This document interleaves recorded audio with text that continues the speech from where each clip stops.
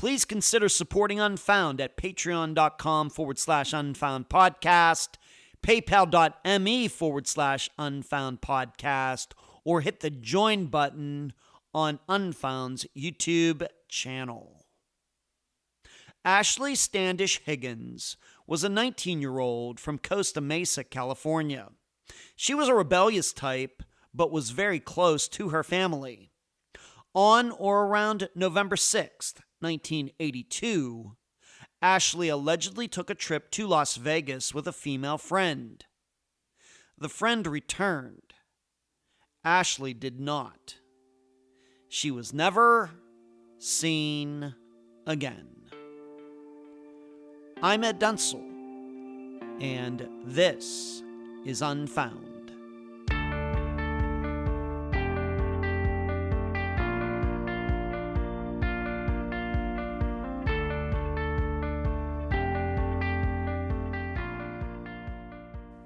One of the big problems within the true crime reporting community continues to be how inaccuracies get circulated despite families and friends of the victims trying to correct the record with every podcast or video they do. Why does this happen? Well, really lots of reasons. Laziness, mistakes, and if I can say, just outright lying by hosts and reporters who care more about sensationalism than facts. Hey, never let the truth get in the way of a good story, right? We at Unfound get things right by going to the people who know the most and have experienced the trauma firsthand.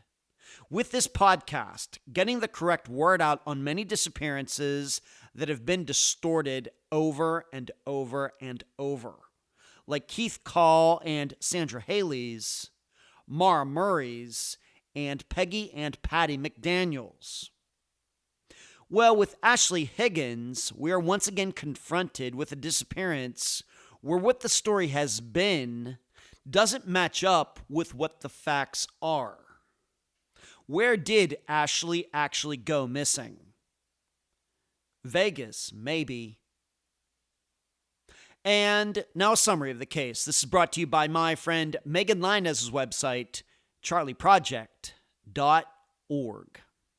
Ashley Higgins grew up an Orange County, California kid from a distinguished family. The beach was a popular recreation spot for both her and her brother. As Ashley became a teenager, she began to rebel more than the average 15-year-old. She skipped school, ran away to Chicago, got caught shoplifting, and even had to go to juvenile hall. Family today in 2023 can't help but think this had something to do with an accident that might have caused unknown brain damage when Ashley was very young. However, at the time of her disappearance, Ashley had her own place, she had a job, and was going to college. So, and before this episode is done, I will explain why I have doubts about this story. On or around November 6th, 1982, Ashley and a girl she met in juvenile hall, Melissa, went to Las Vegas without telling anyone. There, according to Melissa, Ashley met up with some shady guys at a now demolished strip motel. Feeling something wasn't right about the situation, Melissa tried to convince Ashley to leave, but Ashley stayed.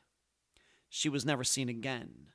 Melissa, a few days later, went back to California, where she was immediately put back into juvenile hall for having left the state without permission. She did not know Ashley was missing until quite a while later because of her being detained. Ashley's brother eventually went to Las Vegas to find out what happened, but could find no evidence Ashley had been there in November 1982. As the person on this earth who has studied disappearances more than anyone else over the past 7 years, I've come to think that Ashley did not go missing in Vegas at all. Please contemplate this unique perspective while you also try to answer these 3 questions during the interview. Number 1, does Lee know or not know what happened to Ashley? Number 2, Ashley's mother really couldn't randomly pick a guy's picture out of a newspaper a few years later and accurately say that's the guy she saw with Ashley in 1982. Could she? And number 3, can we doubt Melissa's recounting of events, but also believe she had nothing to do with Ashley's disappearance? Ashley's family absolutely believes foul play occurred. However, even they in 2023 have begun to doubt which state in which it occurred. The guest for this episode is Ashley's brother, Andrew Higgins. Unfound News. The next Found episode, available to Patreon and YouTube supporters, has been scheduled, although it has not yet been recorded. The topic will be the disappearance to discovery of Agatha Christie. I think that's fitting, given that the Haunting in Venice film, based on one of her novels, was just released. Next, there is a very good chance that Unfound will be releasing its very first bilingual Spanish-English episode within the next couple of months. Yes, really. Finally, I got to speak to about 250 students at Largo High School in Largo, Florida this past week. I discussed the job of podcasting from concept to recording. The kids were, of course, transfixed, spellbound, and mesmerized.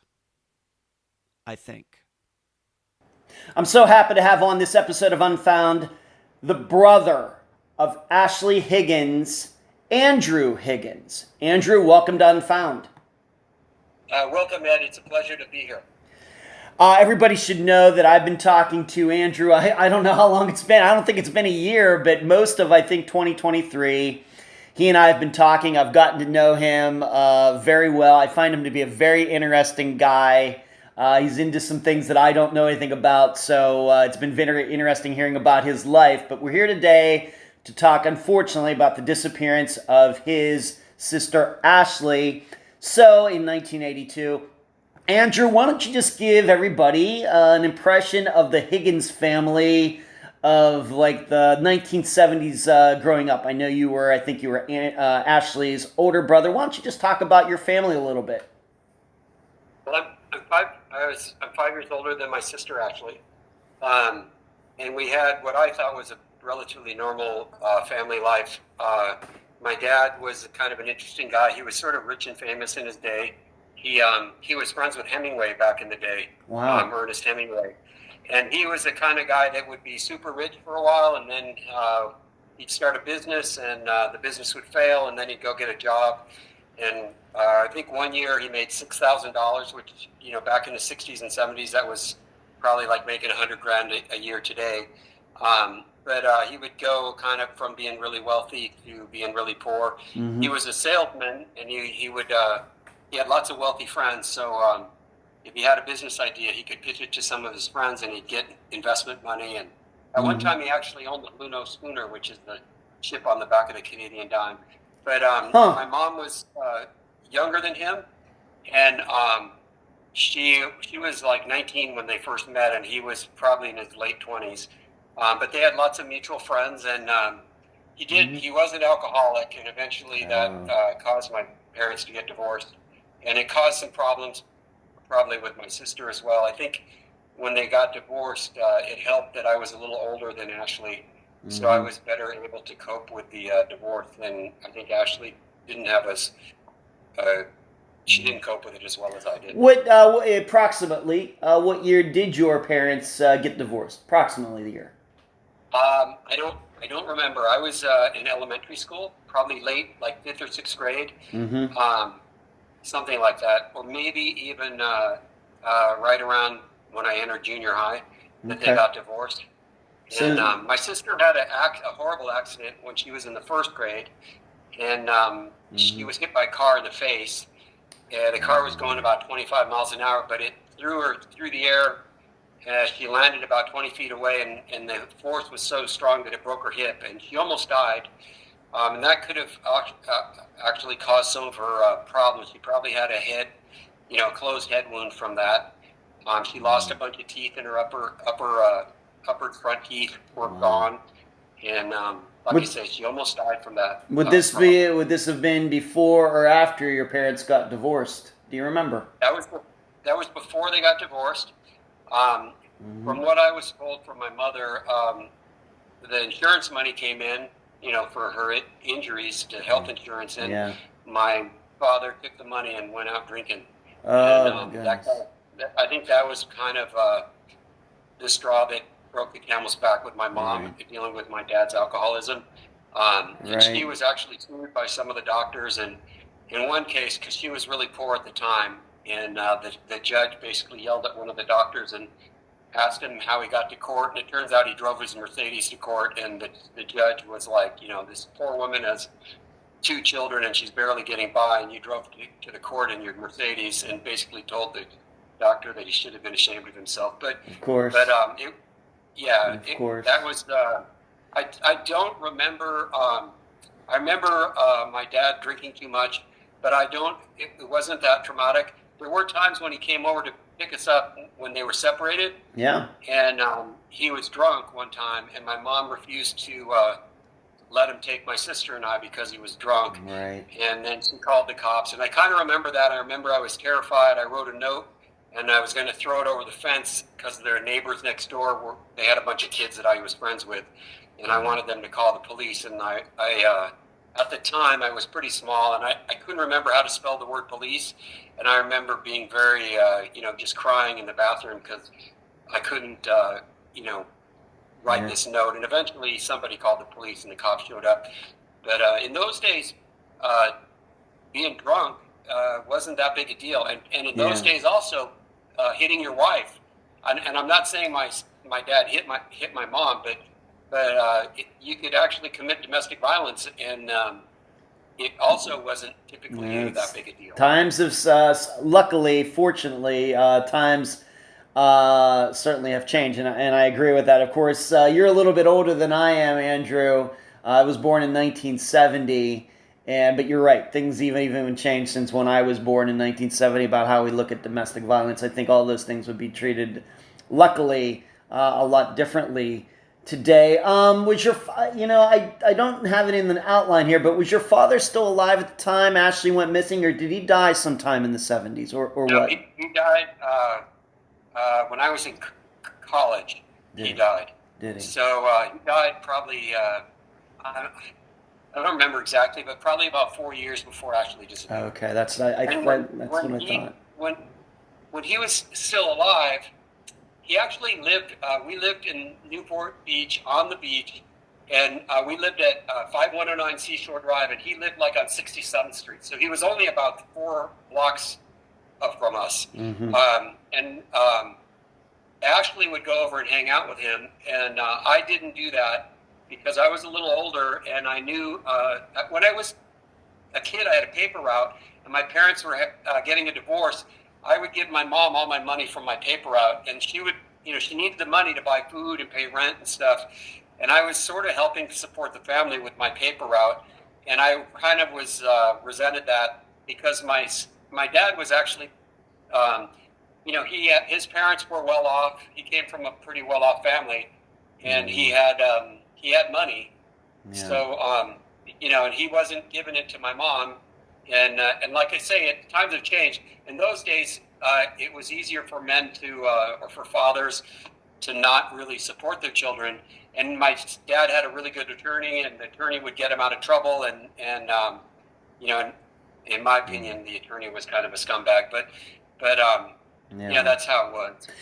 But your mother, of course, before Ashley went missing, she met another guy who I guess they got married at some point, I guess, in the 1970s. How did that all, the 4 of you, I guess your mother, your stepfather, and you and Ashley, how was that unit in the 1970s?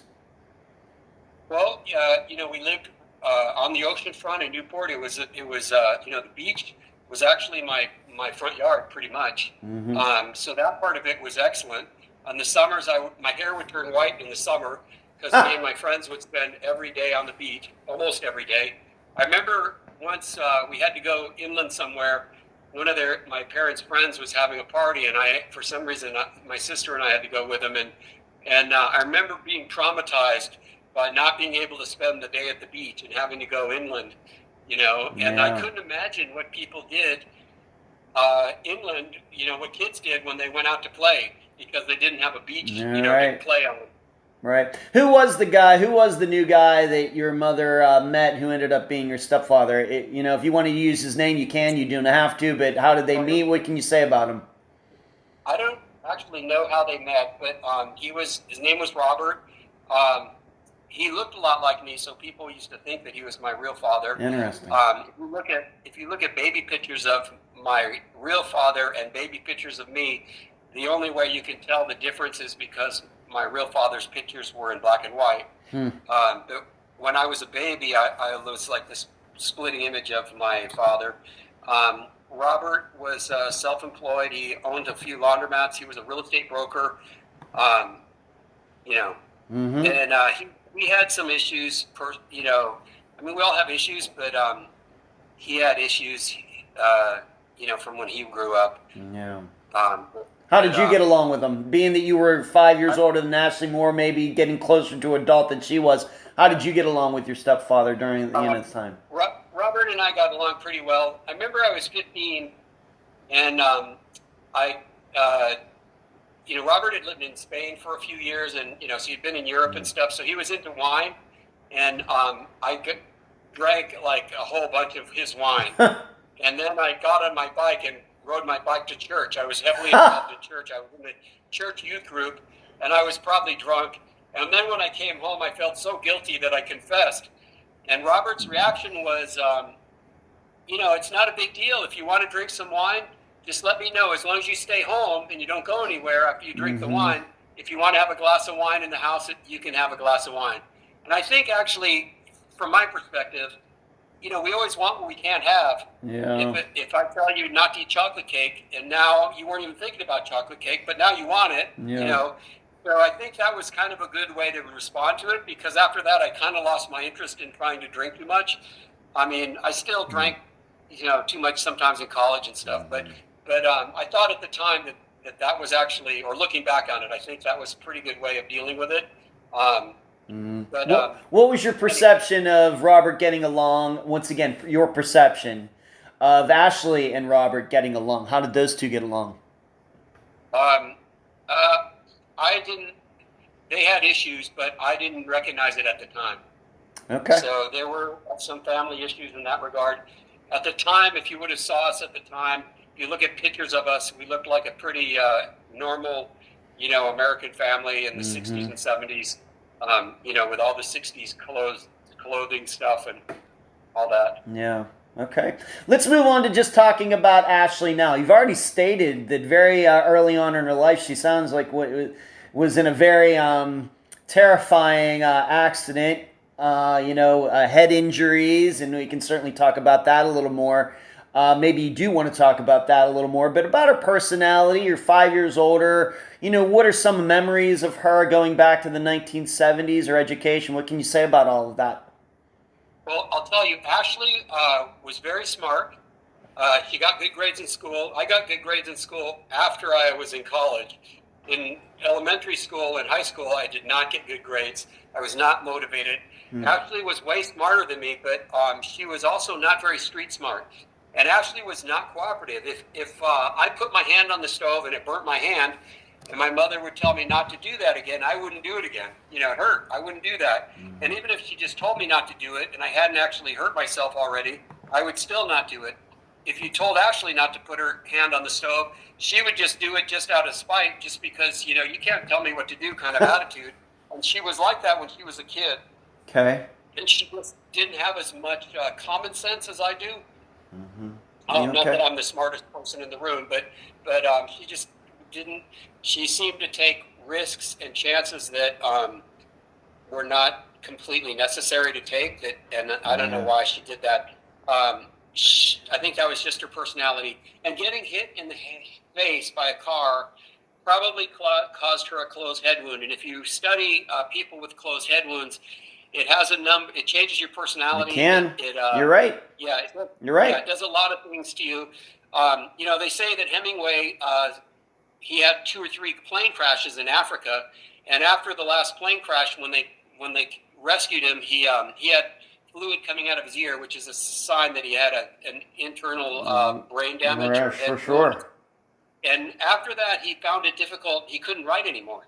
And before that, he was a natural writer. So he lost his ability to write. He found it really hard to write. And and it led, I don't really know, I'm just speculating, but I think it led to his eventual suicide.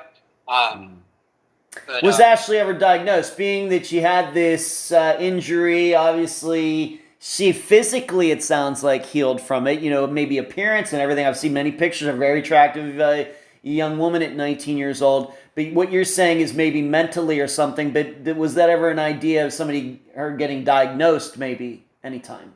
I don't know if she was diagnosed. I know that both my mom took both Ashley and myself to counseling when we were kids. Mm-hmm. I don't know what the diagnosis would have been for her at the time. I just don't remember. But I know she did go to counseling for a while. And in those days, closed head wounds, even, with Hemingway, I mean, people didn't know what that was. It's like, hey, you look fine. What's wrong with you? And they don't understand. They didn't understand. Even doctors really didn't have a full grasp of what was happening when people had closed head wounds. But we just have to establish, though, that this is just something that's an idea of yours. She was never diagnosed with this. We certainly understand now, of course, in 2023, that head wounds maybe can do a lot more damage long term than we realize. Certainly with everything that's been done with the NFL and CTE and everything. But I just want to put it on the record, though, she was never officially diagnosed with anything like that. That's right. I'm just kind of speculating. Okay, that's fine, and that's totally fine. We just want to make sure, and it very well could make a lot of sense given some of these other things that you said about, she liked to test her limits maybe more than the average person or teenager. Right. Now, she started getting in trouble when she was in high school. Yeah, let's talk about that. Go ahead. Please talk about that. Well, she was on the track team, and she had kind of a normal high school life for a while. She was actually pretty competitive. She wanted to play Little League when she was a kid, and in those days there was no girls' Little League team. Right. And the city of Newport, because they had no girls' team, they actually let her play on the boys' team. And then at one point, she wanted to go to John Wooden's basketball camp, and John Wooden, the famous coach. Absolutely, sure, UCLA. And so my parents weren't too excited about it, but then she did all the research on it herself and brought all the paperwork to them, and she was so convincing that they agreed to send her there. And I still have the pictures of her with John Wooden, and it was kind of a big deal, especially back then. John Wooden was still, I think he was still coaching, but it was a big deal, and she really wanted to do that, so she was kind of normal in that respect. But at some point, as she got older, she started having issues. At one point, she was arrested for shoplifting. Actually, she wasn't arrested.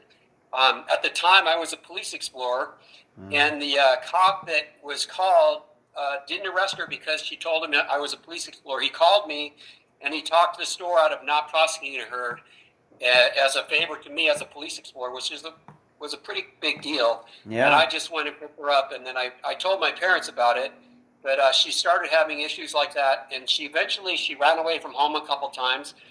And at the time, we didn't know what was going on, but there was some issues with some family members that were causing her to run away. What was the shoplifting? Give us an idea of how much? What was the item? Was it like a big ticket item? Was this like a Louis Vuitton purse, or what was it? I don't have any idea. All I know is I got a call from a cop, and this was in the 70s, and in those days, especially, the cops kind of stuck up for each other and looked out for each other. Right. And even being a police explorer at the time, which is definitely you're not a sworn officer. It's part of the Boy Scouts of America. but the cop, decided that he was going to try not to arrest her just because I was a police explorer, and on the condition that I would come pick her up. I might have been 18 at the time, which would have been reasonable for me to pick her up, because I was an adult technically. But I don't really remember. Okay. But yeah, she started having a lot of problems, and I don't know if it was related to her. It was probably a combination of her head wound from when she was little, and also from she was getting abused by a family member, and that Right. Would cause you to not want to hang out at home. Right, Sure. and as the listeners should know, Andrew and I have already talked about this off the record about how much we're going to say about it, and it's up to him how much he wants to say, and maybe we'll just leave it at that. I should ask you, how close were you two? So this is going on. You as her older brother, 5 years older. It's considerable. So you're 20, she's 15, she's 17, you're 22. Did you ever talk to her about this? Did she ever explain what was going on, why she was doing this? I had no idea that she was being abused. Right, no, I'm talking about the other stuff, like the shoplifting and these other things. Of course, the abuse is something else, but this. Yeah. The stuff that was more public. At the time, I picked her up, and she had a friend with her, and I can't really remember if I picked up the friend. I think I probably did. I drove the friend home, drove Ashley home, and we never really talked about it. And we were close.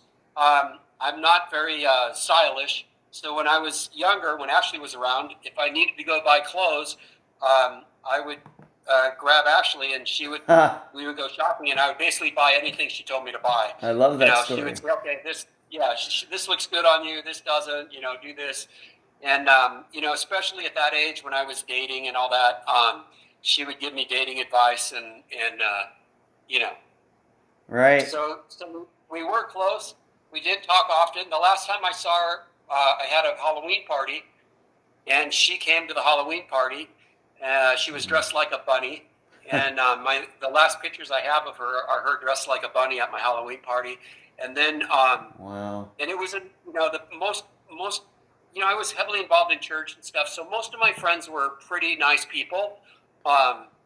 And she was kind of a young, attractive woman. So one of the guys at the party was kind of liking her, and it wasn't like anything nefarious or immoral. Mm-hmm. It was all pretty good. And about a week later, she disappeared. Wow. So I guess what we're saying here is that you knew these things were going on, but you really never had one of those conversations like big brother to little sister. Ashley, what's going on here? Here you are, and like the listeners know, I've gotten to know you very well, Andrew. I know you're a very good person. In fact, you became a police officer, and we're going to talk about that a little later. But, you never had one of those, like, I guess what you might call come to Jesus moments, like, hey, Ashley, what's going on here? Yeah, I never did. I talked to my mom about it, and we knew she was having issues.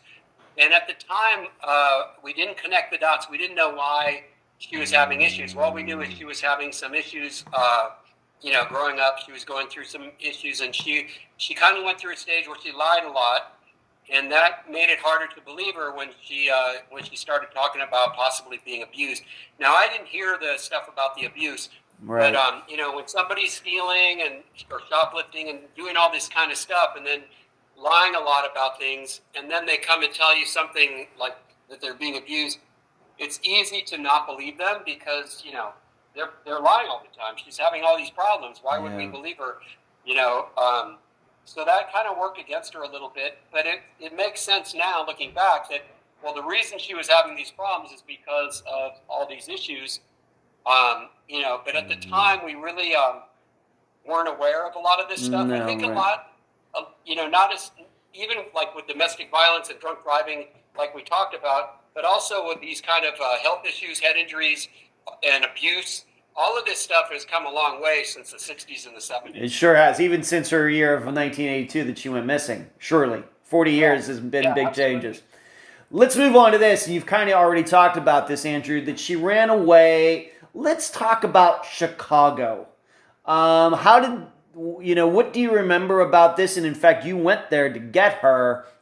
How did you find out she was there? If you can remember, what year was this, or month and year was this? What can you say about Chicago? I don't remember the year. It was the late 70s. or the very early 80s. I think she disappeared in 82, so it was probably like 78 or 79. Wow, she's very young. Okay. And she called us. She left California. She had no money. She didn't even have shoes.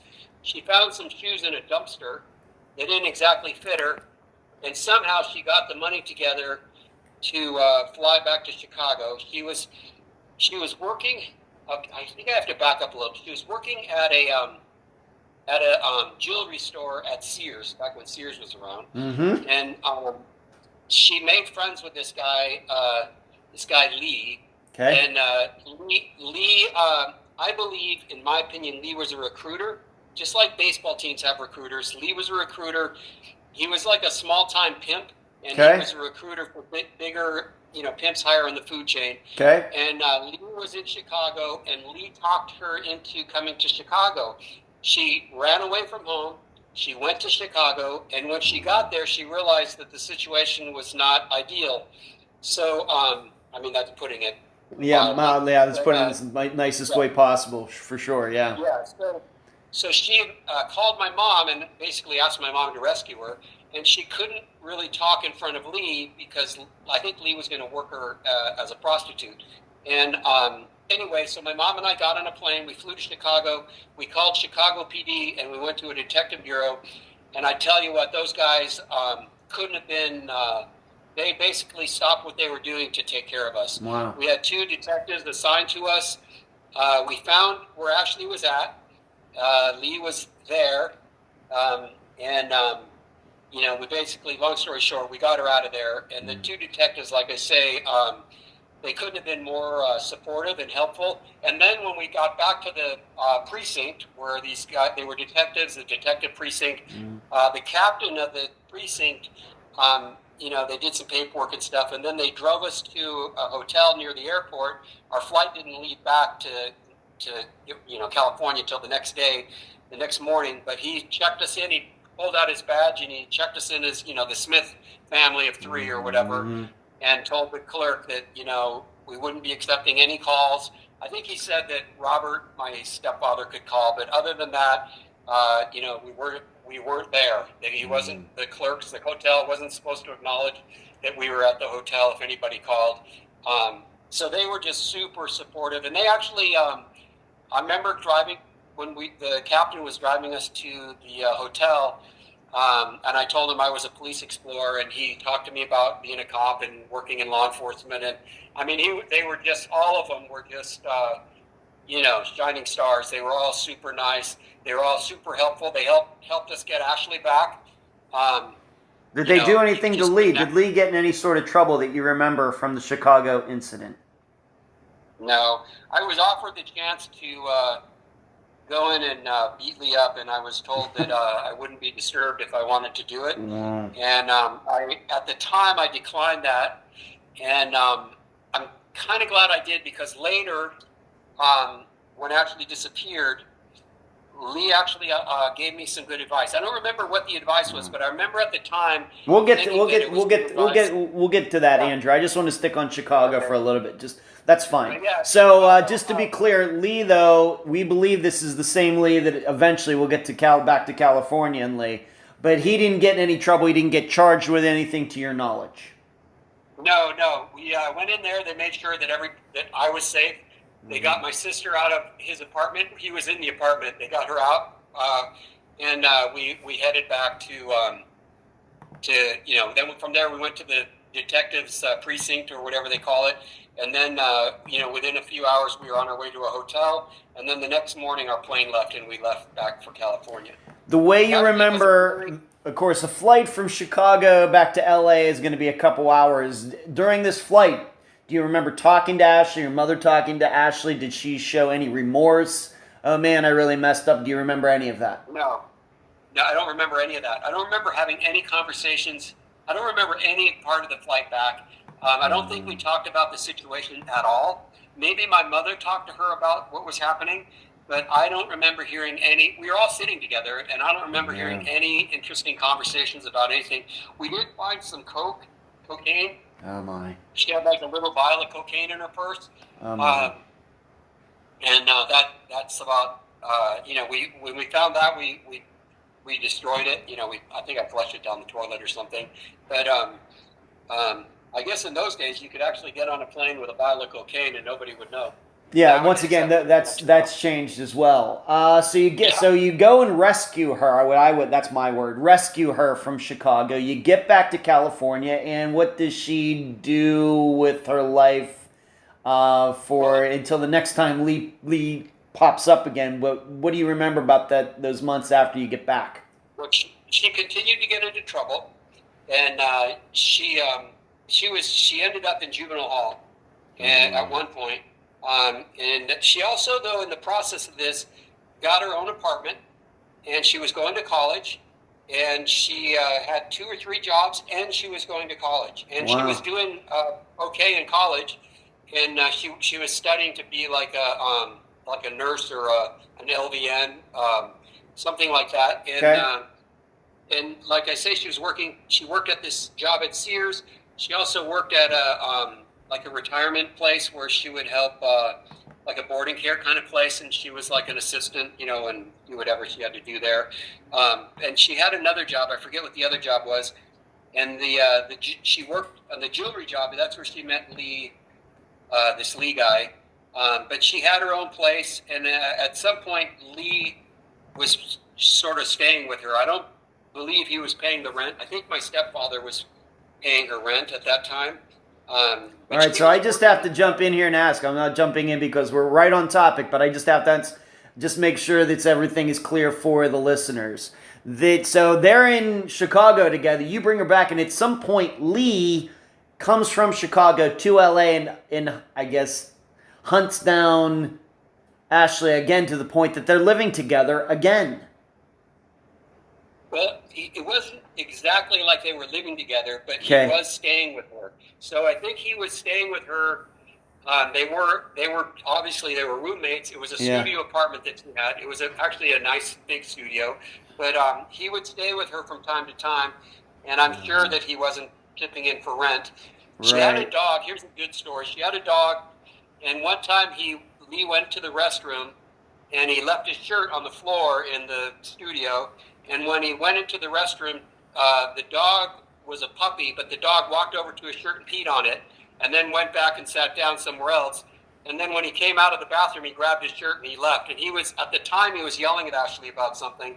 But even the dog knew that this Lee guy wasn't the greatest guy in the world. Okay. All right. I guess the dog knew, but I have to ask, surely your family didn't know that you went and rescued her from the guy and he's back to living with her. Did you and your mother know about this, or did you not find out about this until after she went missing? I don't know. I don't know if my parents knew, but I did not know at the time. Until she disappeared, I did not know most of this, what I'm telling you. Wow, okay. I knew, obviously, that she was having some problems. And my mom, at the time, wanted Ashley and I to move out together into a 2-bedroom apartment. And at the time, I wasn't really, I was in college. I wasn't interested in living with my sister. I was more interested in living with my buddies and stuff and all of that. But my mom thought that if Ashley and I lived together, I would be a better influence on her. Probably. And keep her out of trouble. Maybe, looking back, maybe that would have been some kind of a solution to the situation. Maybe. Either that or she would have brought her problems home and, then you would have had to deal with them as well, or something. Yeah, often people get in trouble and the parents always think that they're hanging out with the wrong crowd. And a lot of times the children are actually part of the wrong crowd. It's not that they're hanging out with bad people, but they're doing bad things and making bad choices on their own. So, it's easy to blame, well, she was just hanging out with the wrong crowd. It'd be easy to say that, but and that's partially true, but she was definitely part of that crowd as well. So she's, she wasn't making good choices, so she has to take some of the responsibility. Right. She was obviously probably being abused at home and stuff like that, which definitely affected it. But, a lot of us have had bad experiences in life, and it doesn't give us a reason to be a jerk to everybody else in the world, That's right. Let's talk about, you mentioned it just very quickly a few minutes ago, about juvenile hall, because this is going to play a role later. Juvenile hall, what juvenile hall are we talking about? And she met somebody in particular while she was there, this woman I had a chance to talk, although I'm not able to do an official interview with her. I'll be talking about her after this interview is over. But talk a little bit more about Juvie Hall. Well, she went into juvenile hall, and I don't know exactly why, but we've tried to get those records, but it was so long ago that the county has destroyed the records from that long ago. Right. But she was in juvenile hall, and she met a girl named Melissa, and Melissa was probably, I don't know how old she was, like 15 or something. She was younger than Ashley, by a few years, yes. Yeah, and Melissa was the last person to see Ashley alive. They became friends. I've had lunch with Melissa several times. Melissa, I don't know if this jumps ahead, but Melissa was also kidnapped and sex trafficked for a couple of years. She escaped, and she was with Ashley supposedly when she disappeared. But she met Melissa in juvenile hall. Can you even begin? I realize your memory on some of this is a little spotty. We understand it's over 40 years ago. Can you even guess a year, maybe 1979, 1980? Do we even know? It would probably be somewhere in that time range, 78, well, yeah, no, actually, we're probably into 1980 now. Okay. So a couple years before Ashley goes missing, she meets this this girl. I think she's maybe 2 or 3 years younger than Ashley is. They meet in juvenile hall because Melissa has her own set of issues, like you've already talked about. And they are friends, and we're going to get into the disappearance and what Melissa's had to say over the years about Ashley's disappearance. So here we are. We get to 1982. Ashley's still making a lot of bad choices. This Lee guy is still in her life. And then, of course, she goes missing in November of 1982. And in fact, remind everybody, Andrew, the last time you saw her was actually Halloween, so like a week before this. Right. I was in college. My roommates and I, we had a big Halloween party, and Ashley came. She was dressed as a bunny rabbit, and and we were mostly good kids. One of my friends at the party, kind of Ashley was attractive, and they were kind of hitting it off, and everything was great. It was a great party. My friends and I still talk about it to this day, but she disappeared about a week after that. The following weekend, she disappeared. Right, November. The official date is November 6th of 1982, of course. Maybe there is a little bit of wiggle room within those days. So I just want to ask you some questions, as you can see on the outline, about the city of Las Vegas. Everybody knows that I lived there from 1998 to 2011. In fact, my phone number still starts with a 702 area code. To your knowledge, had Ashley ever been to Vegas before? Has she ever talked about going to Vegas? Anything like that? Any connection between Ashley and Las Vegas before this alleged trip to Las Vegas? What do you remember? Yes, Ashley had been to Vegas before.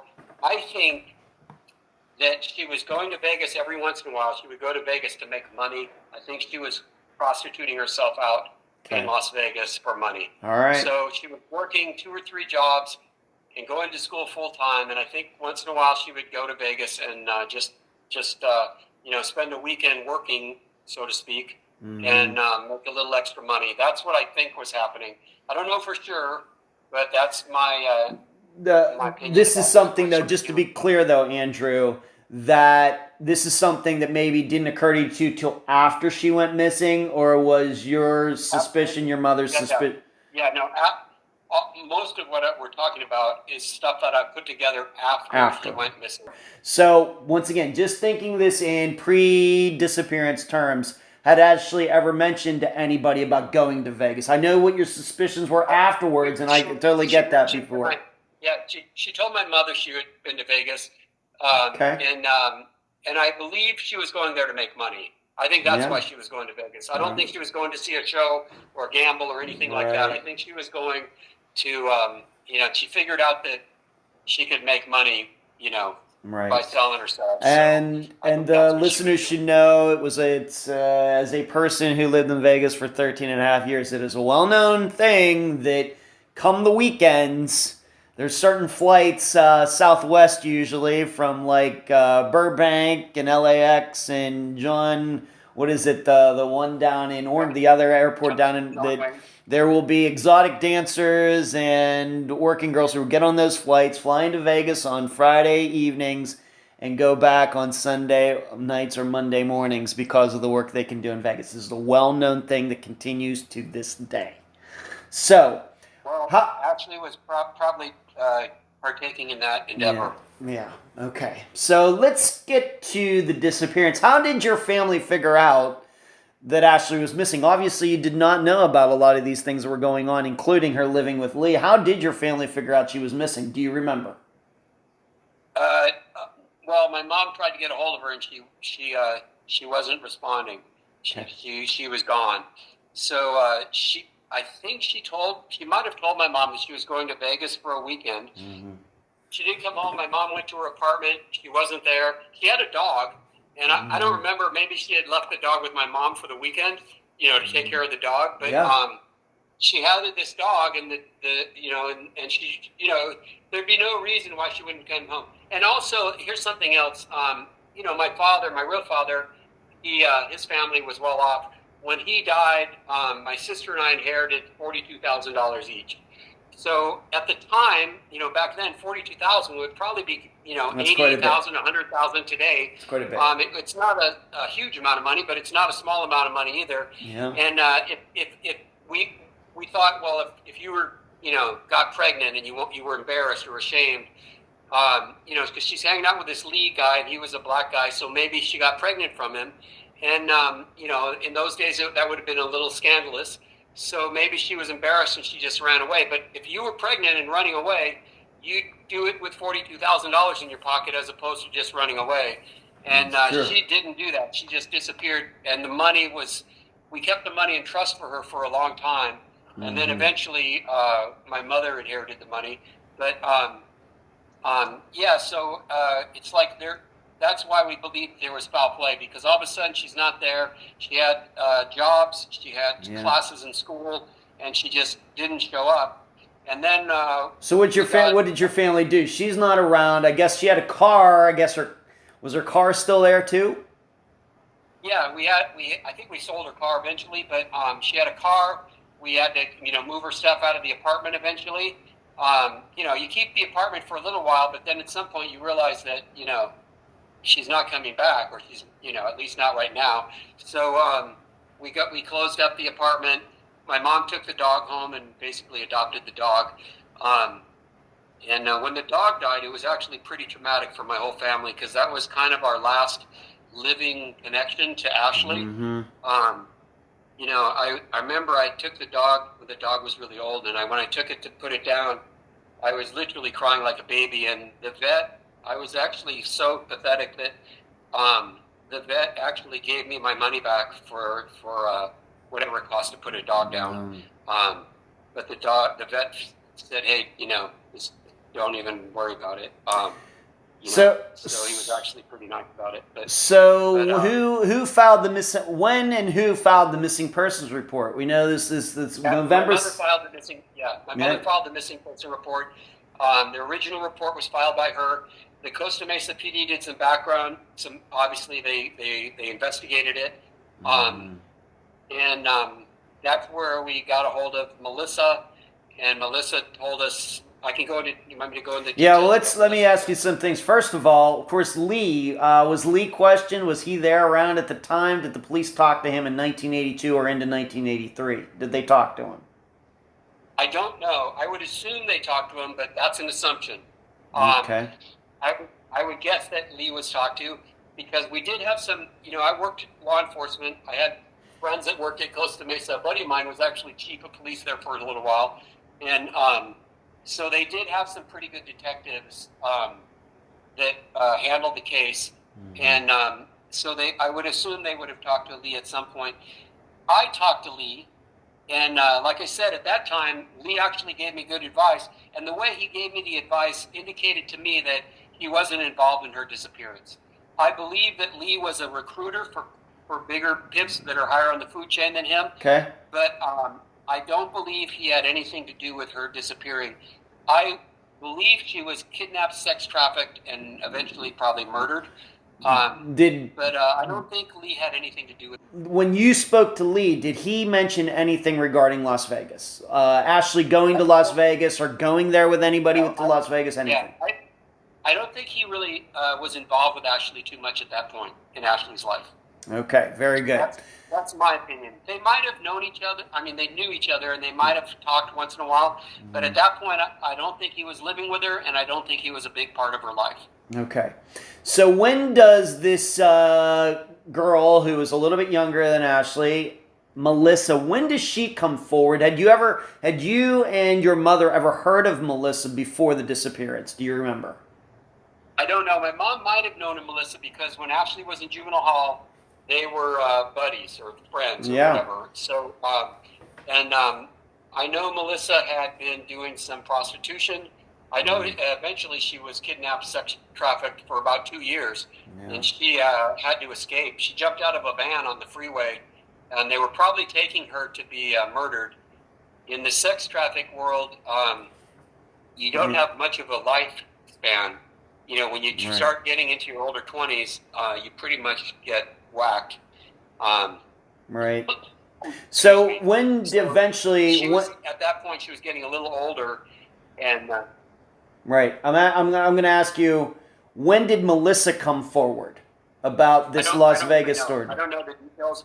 I think my mom probably got a hold of Melissa, and Ashley was going to counseling, and Melissa was going to the same counselor. So my mom went and talked to the counselor, and maybe the counselor put her in touch with Melissa, and it turned out, you know, then we got a story from Melissa about what had happened.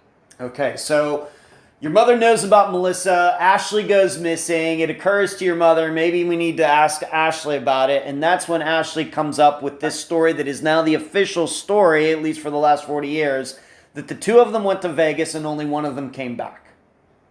That's correct. All right, let's move on to this. Now, once you found this out, though, you actually went to Las Vegas. When did you go there?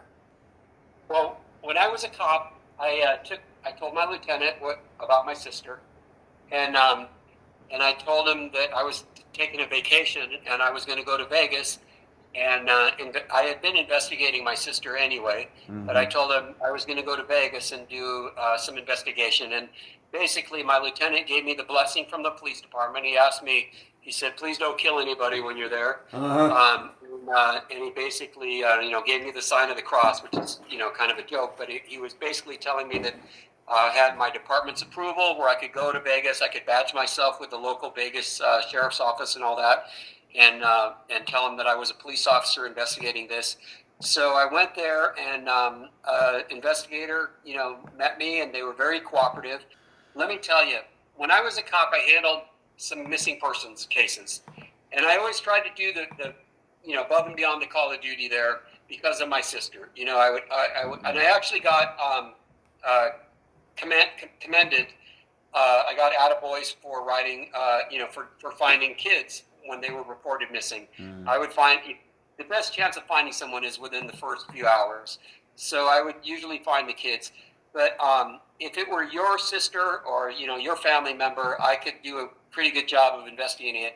But when it's your own family member, I was actually physically ill every day I was in Vegas. I was drinking Pepto-Bismol like it was water, and I was just physically sick every day because it was so stressful, because it was my own sister. I can't even describe how stressed and sick I was doing it on my own.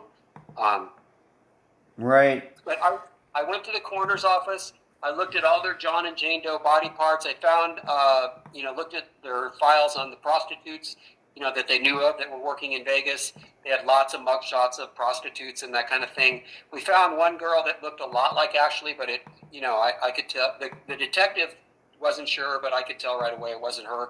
And that's basically, I spent a weekend, I think, there doing all that. And the detectives there, again, were super helpful and cooperative, and they walked around with me for, a day or two, just trying to help me follow every possible lead. The guy went on his computer and, they ran people. They pulled out all these mugshots of different girls that matched her description. We did pretty much everything we could do, and we really didn't come up with anything. Now I'm going to ask you a very important question. In your work there, did you personally find any evidence, factual evidence, that Ashley was ever in Las Vegas? No. None. Okay. No, and the hotel she stayed at, by the time I got there, the hotel was no longer in business. So Right. the hotel records wouldn't have even been, were not available. All right, so I should ask you, what year was this that you actually eventually did go to Las Vegas, I guess on your own to do this? It was probably 1986 or All right, 87. All right, so it took some years. It was probably 1987. All right, so she goes missing in 1982. You don't go out there until 1987. Did you even get an idea when you got out there that Las Vegas Metro even knew anything about Ashley's disappearance? I know that Costa Mesa contacted them when she first disappeared. Okay. But that's pretty much all I knew about that. So they did know. I had, obviously when I showed up, I had the police report, the missing person report, and she's also entered into the computer for NCIC. So if Right. The cops there wanted to check it out, they could confirm that she's a missing person. And I had the blessing from my police department, so they could have called my PD and they would have told them, that I was authorized to go out there to, on this investigation. It wasn't an official department investigation, but under the circumstances, the department gave me their blessing to conduct the investigation on my own. Okay. Now let's move on to this. Now we're going to talk in depth about Melissa so we can set all of this whole Las Vegas alleged trip up. Now, the listeners should know I've spoke to Melissa a few times, and she and I get along very well. However, she did not want to be interviewed due to the trauma that she experienced back at the time, late 70s and the early 80s. But I did tell her that I would be recounting for all of you what she told me, and I'll be doing this after I'm done interviewing Andrew. But Andrew, in your own words, what did Melissa explain to you and the rest of your family regarding this trip to Las Vegas? What does she say happened? Of course, I'll talk about it more later. But what does she say happened when they went to Vegas? So they went to Vegas. Ashley was going to meet some guy that was going to give her a ring, and he was this great guy that was going to take care of her, and she wouldn't have to work so hard and all this stuff. Mm-hmm. Which is exactly what these pimps do to these girls. They tell them how great life is going to be and all this, and then they work them slowly into the prostitution. But when Melissa met the guy, she said right away she had a bad feeling about the guy, and she tried to talk Ashley out of going away with the guy. They met at the beginning of the weekend, and then she was supposed to meet Ashley later in the weekend. And Ashley went to meet this guy and never came back, never met Melissa again. When Melissa came back home, I was told that she reported herself because she was on probation. Yeah. And part of the condition of probation is you're not supposed to leave the state of California. And obviously, if you go to Vegas, you're in Nevada, so she left California. Yeah. But that's the short version of what I heard. I've heard different versions over the years. My mom has said different versions, but they all basically came from Melissa. So we don't know for sure what really happened. Yeah. She may not have. I mean, I don't know. She might not have ever been in Vegas. Like you say, we have no evidence that she was actually in Vegas, except for Melissa's story. Okay. You knew the hotel, though. Can you? The hotel doesn't exist anymore. But do you remember the hotel? It was some place that was on the Strip, right? I think it was eventually knocked down so the Venetian could be built. Do you remember the name of the place? The Tavern, or I have it written down. I don't remember the name. The something Tavern or something like that. Right. Right. I don't have it in my notes either. But it was one of these less than glamorous types of places that used to be on the Strip. Yes. Yeah. Exactly right. Okay. And so that's when you said you went. By the time you got there, this place didn't even exist anymore. It might have changed names, but I do know that back in the day, I think it was on the same set of land, parcel of land where the Venetian is now in that area. But of course, it was gone by the time you got there. But that's what Melissa said. They went to this place. They met up with these guys. Melissa got creeped out. She left. Ashley stayed. That's correct. Okay. And And then they were supposed to meet up like the following Sunday or whatever to go back home. I think they were taking a bus back home, and Ashley never showed up. okay. And Melissa, though, came back to LA anyway. Yeah, Orange County, which is just south of Right. LA. I know. Yeah, Southern California. Yes, good point. Thank you for correcting me on that, Andrew. All right, so she came back. I guess she left her family or her friend Ashley there. And like I said, I'm going to give my impression in my talk with Melissa. And of course, Andrew already knows. I've passed along everything to him, everything that I've said to Melissa and what Melissa said to me. All right, so Melissa comes back. Eventually, though, she's contacted by your family, and that's when she realized this story. When did the name Richard Johnson come up? So, probably a couple weeks after Ashley disappeared, there was an article in the paper, in the Daily Pilot, which is a local paper in Newport Beach, Costa Mesa area. And there was this Richard Johnson guy. He was living in the city of Irvine, and he had been arrested for pimping and pandering. Yes. And they had a picture of him sitting in a chair in handcuffs. And my mom saw the picture and recognized him. She said she had seen him at Ashley's house at least once or maybe a couple of times. Huh. And his operation, he was arrested for pimping and pandering, had an operation in New Mexico, Albuquerque, New Mexico, Los Angeles, and I think San Diego. And we noticed Ashley's last phone bill, there were phone calls to those three locations. Yeah. My mother, we felt that it was a possibility that this Lee guy was, he was a recruiter, and he was showing Ashley to other pimps that were higher on the food chain than him, and Richard Johnson was probably one of those pimps. Mm-hmm. And I think when people like Lee find these girls, they actually sell them to these higher ranking, pimps. He had also taken Ashley to San Diego to see a friend of his, and to LA. So she hadn't gone to New Mexico, but they were, there were a lot of similarities here. Right. We did talk. I did.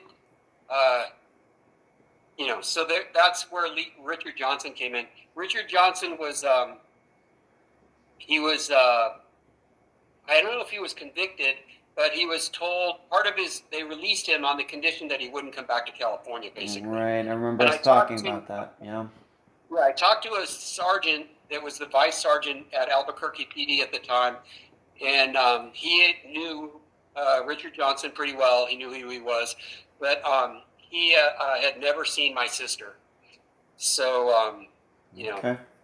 All right, so is there a belief, once again, if we're to believe this Las Vegas trip, is there a belief out there that maybe the guy that Ashley was going to meet was Richard Johnson in Las Vegas?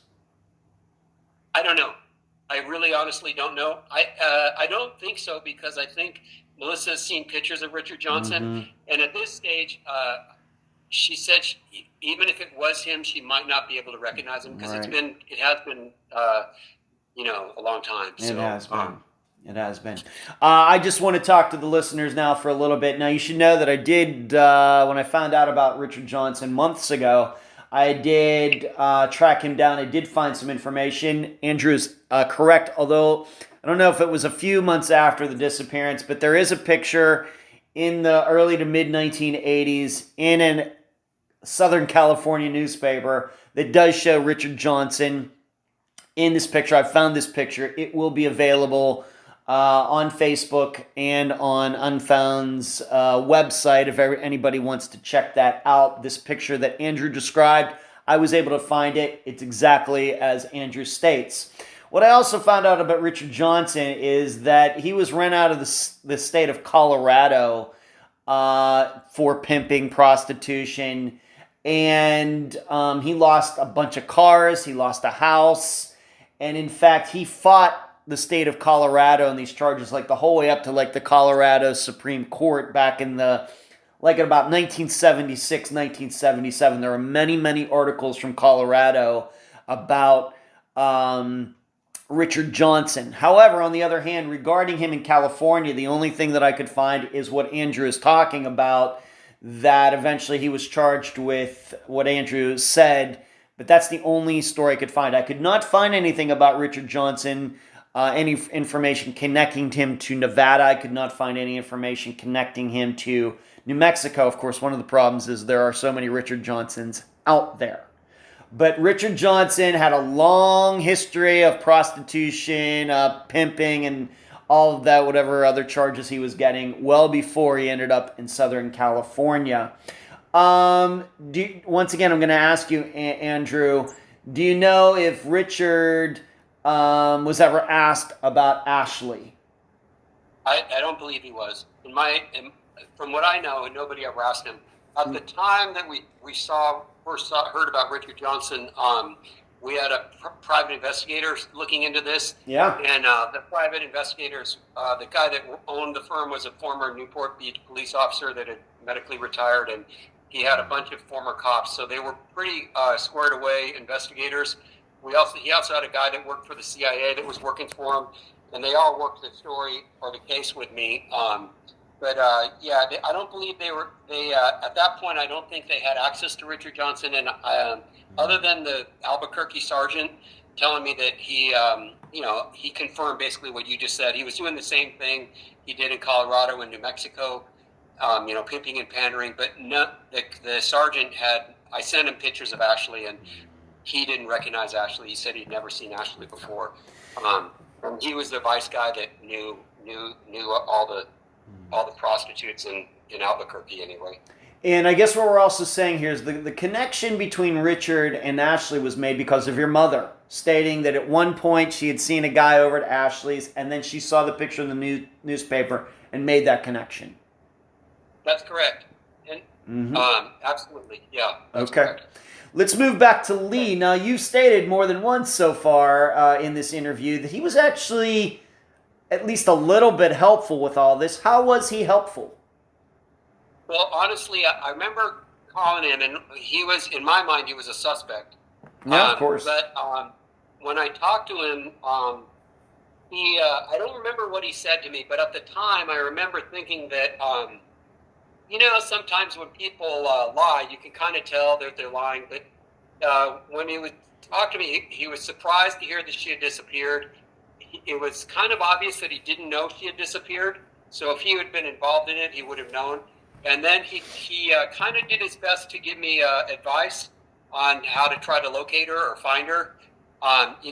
In my opinion, he was in this kind of industry, so business or whatever you want to call it. So he probably had some inside knowledge on how things work. And I don't remember what exactly he told me, but I remember at the time after the call, I felt that he was no longer a viable suspect. Huh.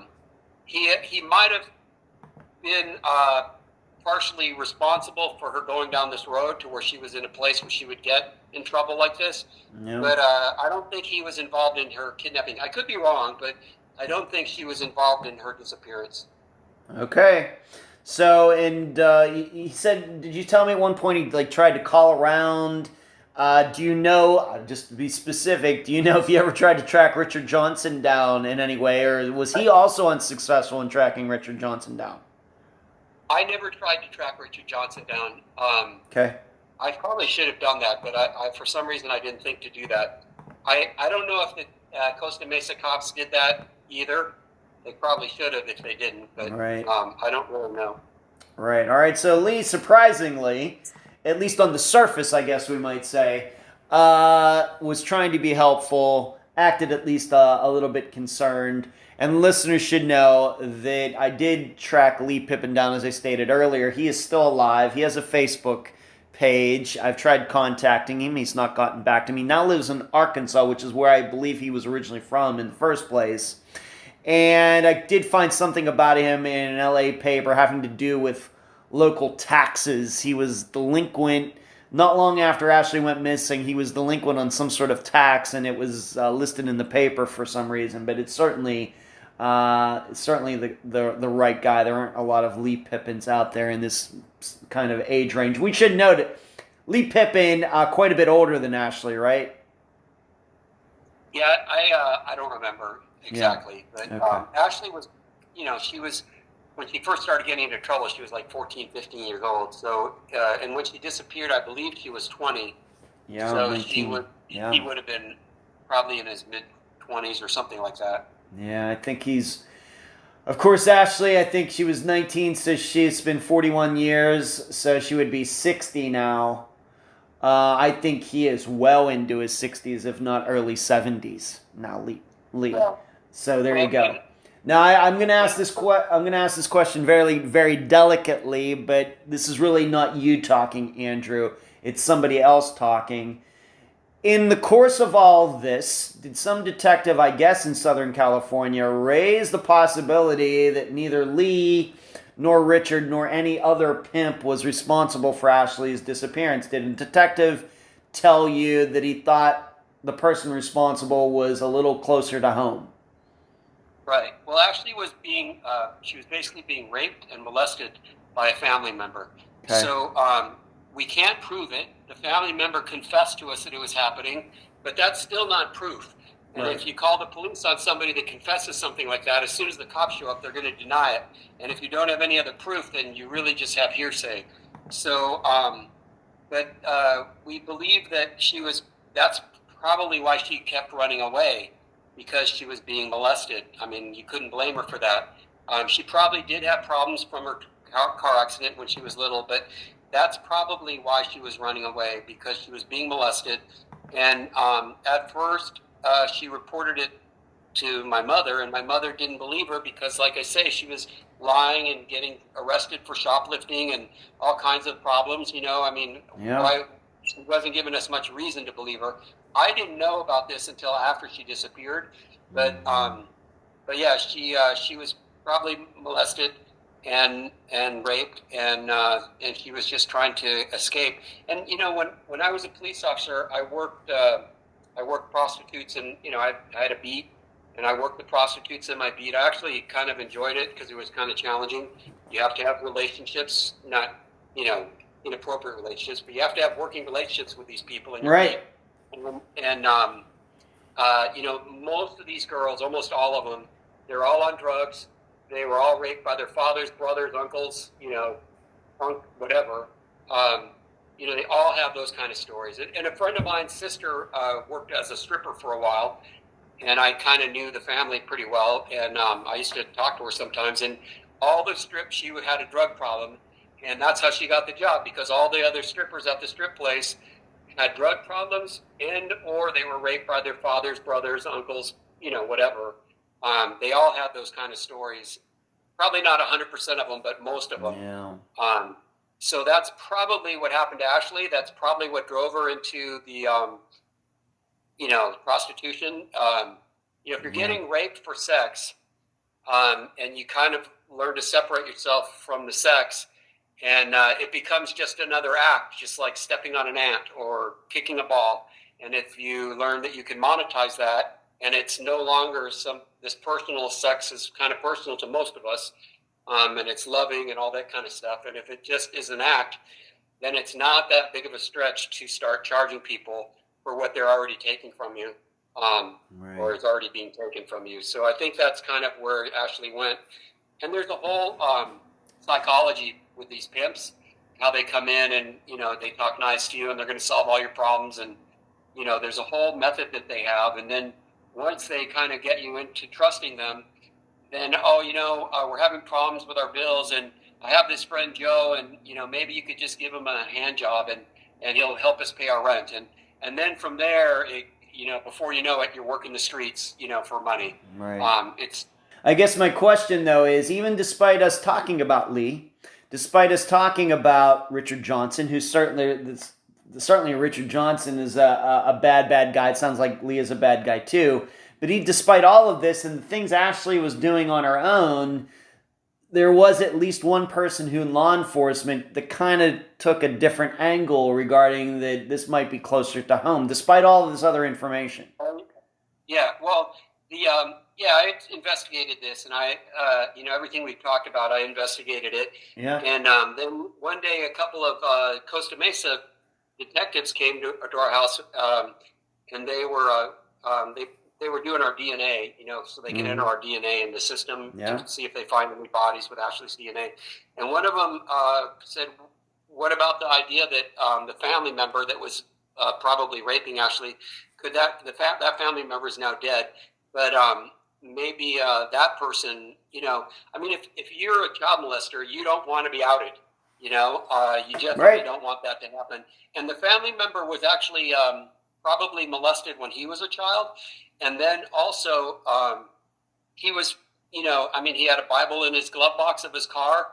And he would go to church every Sunday, and on Wednesdays, the businessman's, church meetings. And there was a pew in the church with his parents. His parents had donated money to the church back in the day, and they had actually paid for a pew, and they had a plaque with his family's name on it. So he was very much involved in the church. Mm-hmm. And my grandfather was a minister, Episcopal minister, his father, 9 generations of grandfathers. And that's where the atmosphere my mother was raised in, and me as well. Why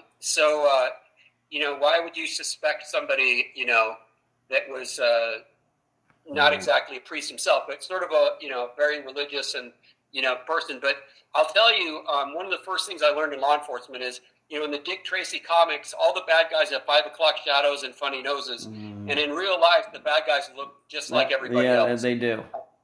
Yeah. All right, sometimes I think we can move on, Andrew, to the next part. So you 80s into the 90s, anything done regarding Ashley's disappearance? Of course, you went there in, like you said, 86, 87, but any movement of any type in her, in the investigation at all? Because we're going to get up here to 2000 when she was supposed to get this inheritance. Anything? Yeah, the short story is not really. The county of Orange had a big event, and they invited all the cold case, victims' families to come in and get their DNA done. And now they have a system where, our DNA is in the system. And if Ashley were dead and they found a Jane or Jane Doe body, they would compare the DNA. And I think it's computerized, so it happens automatically. And a lot of cities, cost money. So a lot of small cities and stuff, they can't afford it. So they only do a certain number of their dead bodies every year. But eventually they try to get to all of them. Is when their budgets can afford it. But basically, that's the only real thing that's happened lately. Ashley's inheritance, we were both given an inheritance. Our father, the will said that we wouldn't get the inheritance until we both turned 40 years old. Now, we had that changed. My father was dead, so we went to court and said we want the inheritance now, and he wasn't there to fight it, and it wasn't enough money where, a law firm was involved in monitoring the inheritance. So we got the money early, but my mother and I were speculating that if Ashley were still alive, on her 40th birthday, she would contact us to get her inheritance. And that didn't happen. So we didn't hear about it. We have the best lead we had was one of our neighbors that was a kid. We used to play with him all the time, and his family and our family were friends. He was arrested and he was put in Orange County Jail. He was in a line, and this was maybe 2 months or 3 months after Ashley disappeared. He was in a line going one direction, and he stated that Ashley was in another line of prisoners going the other direction. Wow. And the lines were moving slowly, so they had a brief time where they could say hi, and they actually talked, not in a big conversation because they weren't allowed to talk to each other, but they acknowledged each other, said hi. And he would have known who Ashley was because we grew up right next door to each other. And that was not that long after we had grown up, So, and now we've tried to get the records, and the records have been destroyed because it was so long ago. We can't even look at the arrest records. We don't know what name she was using. Obviously, she wasn't using her real name. So we would have to look at every mugshot, and all those kind of mugshots have been destroyed. I actually talked to some pretty high-ranking people at Costa Mesa PD. They called some high-ranking people at the sheriff's office, and the records no longer exist. So that was kind of our best lead. It would have given us maybe the name she's using now if she's still alive. I personally don't think she's alive. I think that she was sex trafficked and, kidnapped, sex trafficked, and murdered. Oh. If she were alive, she would probably have come forward to get her inheritance. All right. But I don't know. I just don't know. What's this been like? Just to sum this all up, what's this been like since 1982? Of course, your mother is still alive, and in fact, the listeners should know, I haven't mentioned it at this point, I actually got to speak to your mother a few months ago about all of this, and she certainly has her own insight, but I hesitate to say something because it was not an official on-the-record conversation, but she certainly offered me her insights into all of this. Speaking for your family, how bad has the last 40 years been? I'll tell you, for years, my mother was physically ill. To put it politely, she was just physically ill every day. And she would walk out on the street in front of her house and look for Ashley. And years ago, I read a story about somebody that went missing in World War II. Their plane had crashed in the Pacific somewhere. And 40 years later, they find the plane. And obviously, the soldier had been listed as missing in action. Well, they find the plane and they find his body, and now he can be found to be, killed in action. Yeah. So, but the family, when they talk to the family, they still, 20 years later, even after they would pretty much know the Japanese aren't holding Americans prisoner somewhere, so they know the guy's probably dead. His plane obviously crashed somewhere, either in the ocean or on an island or something. But even years later, up to the point where they found the body, they would walk into a restaurant and see somebody from behind that looked like their kid or their brother, and they would run over and see if it was him.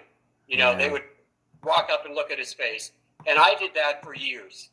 For years I did that. And for years I felt guilty because, I was a cop and I couldn't find my own sister. And that's why I tried so hard whenever I had a missing person case to find the kids as fast as possible. But yeah, it's a wound that never heals, and especially for my mother. And and then you kind of feel guilty. I wish maybe I should have moved out with my sister. Maybe that would have saved her. You have all those kind of feelings. Maybe we were close, but apparently not close enough because we weren't talking about all these issues she was having. She never told me she was being molested by anybody. I probably would have believed her more than my mother, and I probably would have been a more taken action, more direct action than my mother was willing to do at the time. My mother had her own reasons that were valid because Ashley was definitely lying a lot and getting in trouble a lot and, doing a lot of things that were not moral. So she had her own reasons for not believing her. And the molester had a great reputation. So why would anybody, think twice about that? But yeah, no, you have all kinds of guilt. There's guilt, it definitely gets easier over time, but it's one of those things. I pray about it every day, and I pray for my sister, and I try to send her love wherever she is, if she's in heaven or on the earth still. My mother and I have gone to psychics. We both had psychic or like one time. Andrew, we don't do psychics on Unfound. So that you want to do that, we don't talk about that on Unfound. But I should ask you this, something that I said that you and I are going to talk about. Can you kind of compare and contrast you being a police officer doing, working on a missing persons case for somebody you don't know in contrast to working on your own sister's disappearance? Can you compare and contrast? Well, I took a missing person case. Like some little girl had run away from home, and I was, I'm a pretty friendly person, generally speaking, and I was friendly with the parents that were, just about losing their mind because their kid had disappeared. Yeah. And I told them that I would find their kid before I finished the paperwork, and that turned out to be the truth. And it was, I don't want to say it was easy. But, for a cop, writing a ticket is not that hard. It's pretty easy money once you know how to write a ticket. It's not that hard to write a ticket. You definitely have to, make sure the person's not going to shoot you and all this kind of stuff. There's a lot of things involved. But investigating a missing person case for your average police officer is not rocket science to them, and especially if they've done it a few times. So it's not that hard. But when it's your own family, it changes everything. First off, your perspective is all messed up. It's just, it's hard to make rational, good decisions because it's your own sister. And like I say in Vegas, I was sick the whole time I was there. I was ill because I was so stressed out. And it's hard to make decisions like that. At one point, I thought that we might find her. I talked to a cop friend of mine. I told him the situation that I was so stressed that I didn't want to be armed when we went to find her because I didn't know what I would do, based on what situation she was in. And I asked my cop friend if he would come with me, and he would be armed, and that way I wouldn't, shoot someone by mistake or use poor judgment or anything like that. Yeah. But it affects your judgment. It affects you psychologically. You never get over it. And my mother for sure has never gotten over it. It just never, it's one of those things in life that you never get 100% over. You get time helps heal it some, but you never get over it. Do you have a Facebook page or website, anything like that set up for, and I have to admit, Andrew, that I forget how it's been so long, I forget how you and I even ended up running into each other to talk about Ashley's disappearance. Maybe it was through Melissa originally, but do you have a Facebook page or anything like that set up? Well, I used to be on Facebook, and I set up a Facebook page on Ashley, and I used to get people would, I've Googled her on Facebook and on the internet, on Google and all that kind of stuff. But I got kicked off of Facebook basically for posting stuff that was politically incorrect. And when I got kicked off, my sister's Facebook page was attached to mine. So Facebook also censored me when I posted articles about missing people. So apparently there's pedophile websites on Facebook, but posting articles about missing people is not acceptable according to their community standards. So, I did have a Facebook page on her for a long time. And I used to get, people would call me. Some girl called me, and as a hobby, she looks for missing persons. And she found a Jane Doe body in somewhere back east. And it actually looked pretty good, like it was Ashley. And we followed up on it, and it was not Ashley. I'll tell you this. Melissa is trying to help rescue missing person people now. Yes. And she does a little talk, and she did a talk at her church, and she includes my sister's story in her talk. And she invited me to the church. So I went with her to the church, and my girlfriend and I went, and I was pretty good till about halfway through her talk. And I just lost my mind, and I just started crying like a baby. I was completely uncontrollably crying. And it was so hard for me. And it was lucky for me that I was out of church because, generally people at church are at least trying to be on their best behavior. And a crowd of people came up and just started, hugging me and praying for me and all of that. But it's just so hard sometimes. Sometimes I can go back into that sort of cop mode and try to unpersonalize it and just look at it like I'm investigating something. But at some point it catches up to you and you realize that this is your sister. And it's just really, really, I can't even tell you how hard it is to do this. And my mom and I, I have done everything humanly possible. I had the advantage that if your family member were kidnapped, you've never been a police officer. So I have some training that you don't have. So I have that advantage, and I used all of my, connections and my abilities in that regard. And, and then like I alluded to a little while ago, my mom and I saw psychics. We did pretty much everything that we could think of.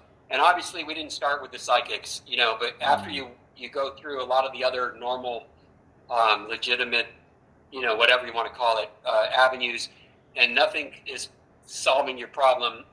We've done everything we can possibly do to try to find her. And it's a horrific situation. There's a lot of missing kids every year, a lot more than we realize. There's an epidemic of missing children, and there's a lot of really horrifically bad possibilities for why they're going missing. That it's just horrible. Andrew, any final words before we complete this interview? That's it. I really appreciate your time and your energy, And I will say that you're not a police officer, but when you actually research this, police officers kind of tend to think the same sometimes, and you've really thought out of the box. You've come up with a lot of different perspectives that I had never considered. And you're definitely a smart guy. You know what you're doing, and I really appreciate your time and expertise on this. Andrew, that might be the nicest thing somebody said on the record about me. So I'll take that compliment. Thank you very much. And I appreciate you being on this episode of Unfound. Hey, it's a pleasure. It's been a pleasure meeting you and talking with you. Thank you. You're welcome. And that was my November 8th, 2023 interview with Andrew Higgins, brother of Ashley Higgins. I thank him for joining me and all of you on this episode. For this summation, I'm going to do something different. I will not be reading from a script because I have a lot to say, and typing it all out would just take too long. So I'm going to handle the rest of this podcast like I do the update episodes, where I just have a few notes in front of me and I will improvise from there. So please be forgiving of the ums and ers and you knows that are about to display themselves. And I'm doing it this way because I think with a lot of accuracy that the Vegas story is not true. But I don't want to just say that and leave all of you hanging. If I'm going to make such a provocative statement, you need to know why I think that way. If you think differently, totally fine. But in my position as host, I think I have a responsibility to explain myself. One more thing, this is exactly the kind of content you would be getting every weekend if you were a Patreon supporter. Just saying. Let's get started. I'm going to start with Melissa first. And you heard Andrew and I talk about how did we become acquainted. Actually, I spoke to Melissa first. As I do, always reaching out, looking for disappearances to cover. I found her at her site on Facebook. It's called I Speak Life, and she has something called the Ashley Higgins Project. And that's when I discovered that Ashley Higgins was a missing person. And I don't think this is a disappearance I had heard of before. But I've spoken to her 2 or 3 times on the phone at least, and have had many email exchanges with her. I have found her to be very forthcoming. But even Melissa would say, due to trauma that she experienced back at that time in her personal life, that her memory is shot and has been for quite a while. And that should, and I think it's been this way for a while, I think that she is more than vocal about this, it's not some secret that I'm revealing here. I think people know this about her, have known about this for a while because of the work that she now does. Because of that alone, anybody who has looked at Ashley's disappearance over the last 41 years should have said, I'm not sure this Melissa woman is a reliable narrator. Doesn't necessarily mean she's lying. But there's just something about all of this that doesn't feel very solid. And that was my impression of talking to Melissa. Now, like I said, I tried to interview her for this episode. I wouldn't say she evaded it. I would just say that given her life experience and everything, that she just did not want to be recorded and everything. But really everything I've talked to her about regarding Ashley's disappearance is on the record. So, and please do not judge her for not appearing on this episode because, like I said, otherwise she's been very, very forthcoming about her memories and everything else. I do not believe that she knows what happened to Ashley. The problem, of course, is that the story that is now out there is the story that Melissa told way back in 1982, 83, 84, somewhere in there. The two of them went to Vegas She came back, Ashley didn't. And it's this whole story about meeting these guys, and Melissa was all freaked out about them. The problem is, Melissa has told different stories about how she actually got back to California. One of those stories was that actually she got caught in Las Vegas, and she was like 16 at the time, and was sent back to California. The other story is that she just chose to go back to California after a few days. She had plans to meet up with Ashley in a few days, and Ashley wasn't there, so she decided to take the bus or whatever she did to go back to California. And I realized she should have stayed there and figured out, where's my friend Ashley? But she didn't, and I realized over time that has caused suspicion to be on her. It's not that suspicious to me because I don't believe this story in the first place. Once again, I'm not saying she's lying. And you should know about, I really don't want to get into what Melissa said she did in those few days, but let's just say that she was sex trafficked and she was a sex worker at a very young age, and she says that she was doing some of that during those days, which makes it even weirder. If these guys were in prostitution, pimps, why would they let a girl who was already involved at that stuff just walk away from that motel? That's another thing that just doesn't quite make any sense to me regarding all of this, and it's really why I've begun to doubt this story, just to be honest. So we have a woman who admits that her memory isn't very good because of a trauma and other things that were going on in her life at the time. She's told contradictory stories about how she got back to California, what happened in Vegas. Over time, just nothing seems to mesh up, and it's not ever consistent. And I don't look at Melissa. Like I said, I do not believe she knows what happened to Ashley at all. I say that sincerely.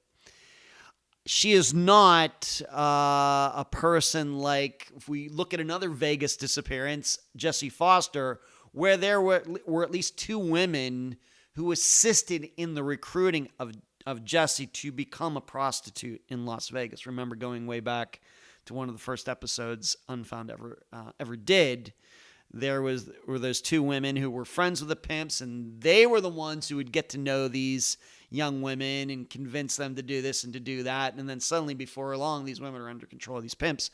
Melissa is surely not that. Now, another point about this, and this also came from Melissa, was this whole ring story about, well, she's going to, Ashley wants to go to Vegas because this guy's going to give her a ring. I'm going to ask all of you, does Ashley really sound like the type of young woman who was looking to get engaged and would go to Vegas to do that, given everything that was going on in her life at the time? It sounds not believable. Not impossible. It's conceivable, but I don't know how possible it is. So where do these stories from Melissa come from? It very well may be that she and Ashley went to Vegas at some time before that. And it very well may be that Melissa is combining this ring story with some other girl that she knew at the time. I'm open to a lot of different things. I just think, with my experience over 300 disappearances, that all of this just does not sound like a true story. And I even have it in my notes. This really reminds me of the disappearance of Noah Davis, which of course is a much more recent disappearance. I think he went missing in 2014. And remember what happened there. He was supposed to go to rehab. His parents show up to take him there. He goes missing. And then over the next maybe few days, people say he was here, he was there, he was everywhere. He was avoiding going to rehab because why? Well, he wanted to get high. He wanted to continue to do drugs. Not unusual. Where Noah Davis's disappearance did get unusual is we had an accepted disappearance date. I forget. I'm just going to pull a date out of my head. July 28th, But people were allegedly seeing him on August 3rd, August 4th, August 10th, on and on and on. And on top of that, eventually the number one suspect became a guy who was his half brother who was in jail at the time that Noah went missing. And that guy didn't get out of jail till like August 10th or something, like almost 2 weeks after the accepted disappearance date. Still, this became a story where everybody's suspecting this guy. Whereas from the beginning, although I don't think much of that guy who was in jail, this brother of, no, not the brother who was the guest for the episode that we did here at Unfound, but the guy who has done most of the interviews with John Lorden, Marissa the Vanished, and everything, who I think he's shady certainly in other ways, but I never believed he had anything to do with Noah's disappearance. And in looking into that, if you will remember, I actually was able to track down some of these people who knew Noah at the time, who fortunately have cleaned their acts up in the last 10 years. And they said, you know what? You shouldn't believe anything we said back. You know, we were doing drugs. We were high. We were addicts. We didn't know what day of the week it was. We were staying up, not sleeping for days at a time. And that is why Noah Davis's disappearance got so crazy from that. I would equate all of that. Now we, of course, know, at least I believe, that Noah Davis, remember, a bone of his was found not far from where he was last seen. I do not believe it was foul play at all. His family may think something different. I do not. But eventually this all worked itself out, and it became, in my opinion, a pretty straightforward disappearance.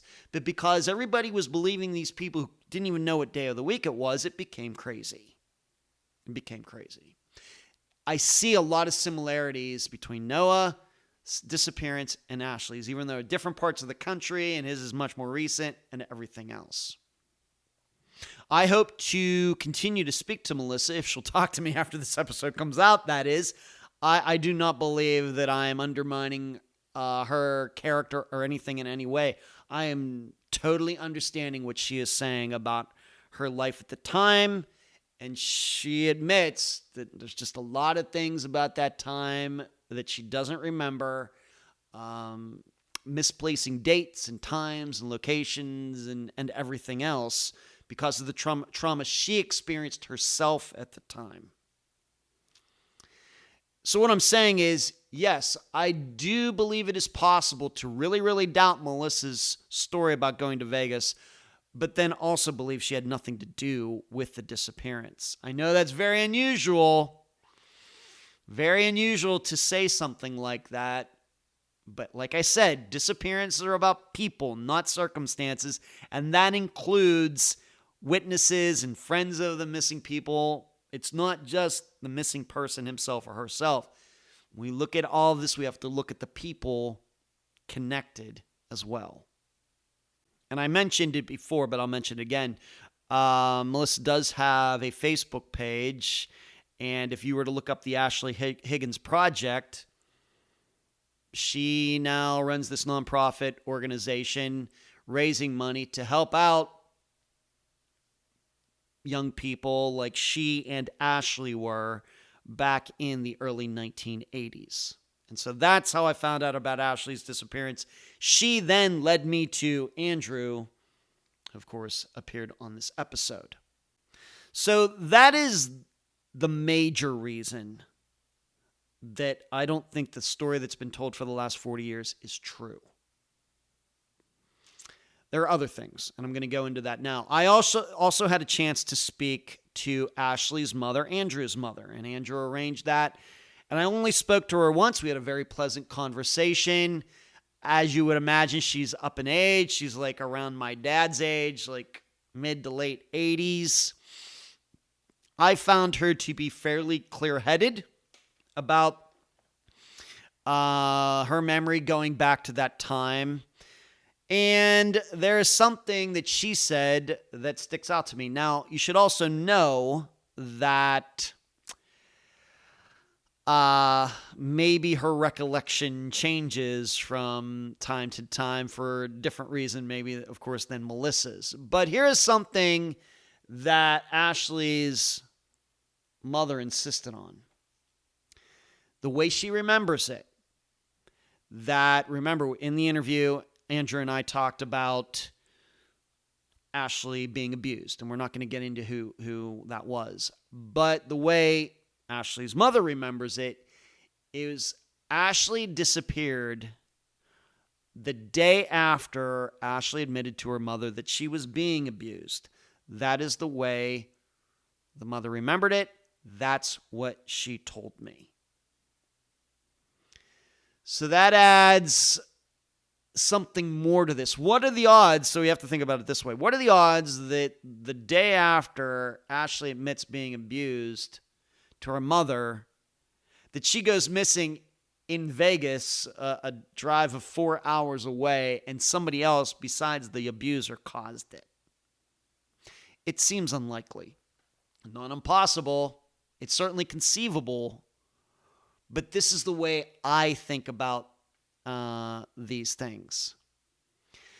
But I guess what I'm saying is, even I think in Ashley's mother's own mind, even though this story about Ashley going to Vegas and not coming back, my takeaway is that Ashley's mother has doubted that story for a very, very long time because she's thinking about what Ashley told her, etc. But my perception is that Melissa's story, when it was finally told, it just seemed to make a lot of sense. 2 women go to Vegas, only one returns, Ashley's involved, running away and everything. Anyway, it just kind of makes sense at the time. But over time, once Melissa cleaned her act up, it doesn't make as much sense, truthfully.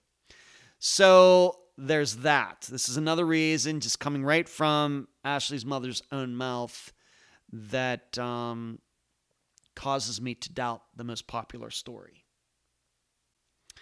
And I want to talk about Richard Johnson. The issue we also have, getting back to Melissa, is that she was never able to, she saw if this story happened, that they did go to Vegas, she was never able to identify these guys they met up with. And she did not identify Richard Johnson or Lee as being any of those guys who were there. This is a sticking point. So regarding Richard Johnson and how his name eventually came up, we then have to look at, well, how did it come up? And it was because of allegedly Ashley's mother seeing Ashley with a black man. And then a few years later, Richard Johnson's picture is in the Orange County Register or whatever because he got in trouble for prostitution. And she picks him out in the newspaper. This is so unlikely that we must doubt it. Because that's how Richard Johnson's name came up. Richard Johnson was not a name until Mother pointed him out. And I'm not inclined to believe that. You know how I think about people just recognizing people out of the blue. It's just not how the human brain works.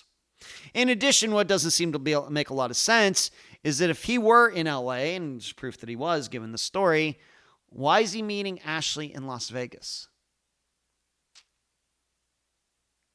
And once again, Lee, this guy who is living on and off with Ashley, why would he be in Las Vegas? Why would she go to Las Vegas to see him when he's in LA in Southern California? Richard's in California. It's hard to understand. Richard, as I stated in the interview, and by the time you're hearing my voice, I've posted a couple articles about Richard Johnson in Colorado and all the problems he got into there. I could not prove that he was ever in Las Vegas at all. The problem, of course, is that it's Richard Johnson's a very common name. I've done my best given the work that I can put into something like this. Of course, I'm working on 5 or 6 disappearances all at one time. It would really be cool if somebody could track down this Richard Johnson somehow, a guy who lived in Colorado for a time and then lived in Southern California for a time, Because after he appeared in that story about being busted for doing this sex work in Southern California, I could not track him after that.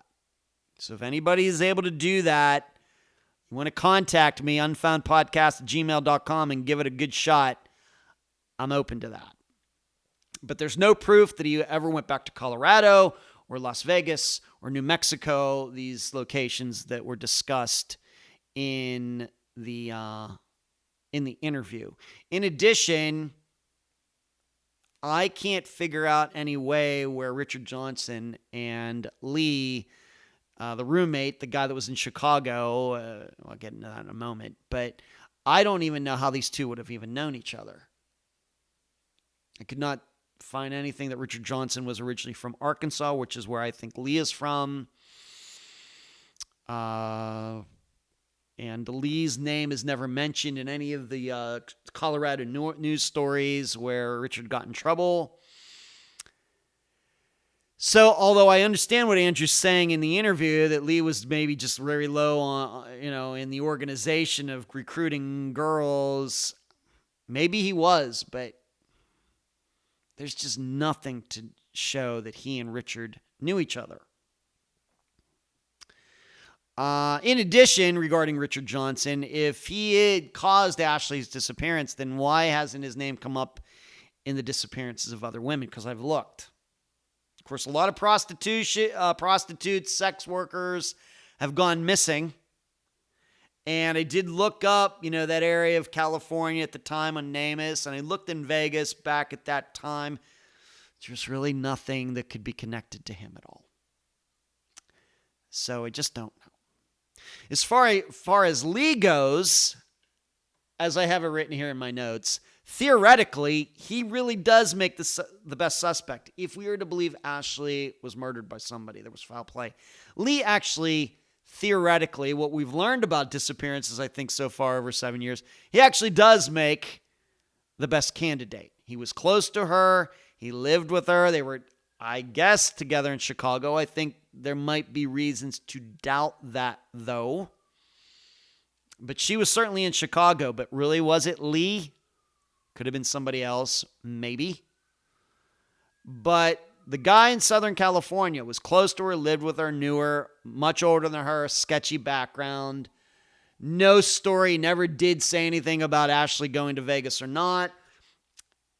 I guess he was helpful, but maybe he was just making, putting on a good show. We don't know. No mention of Richard Johnson.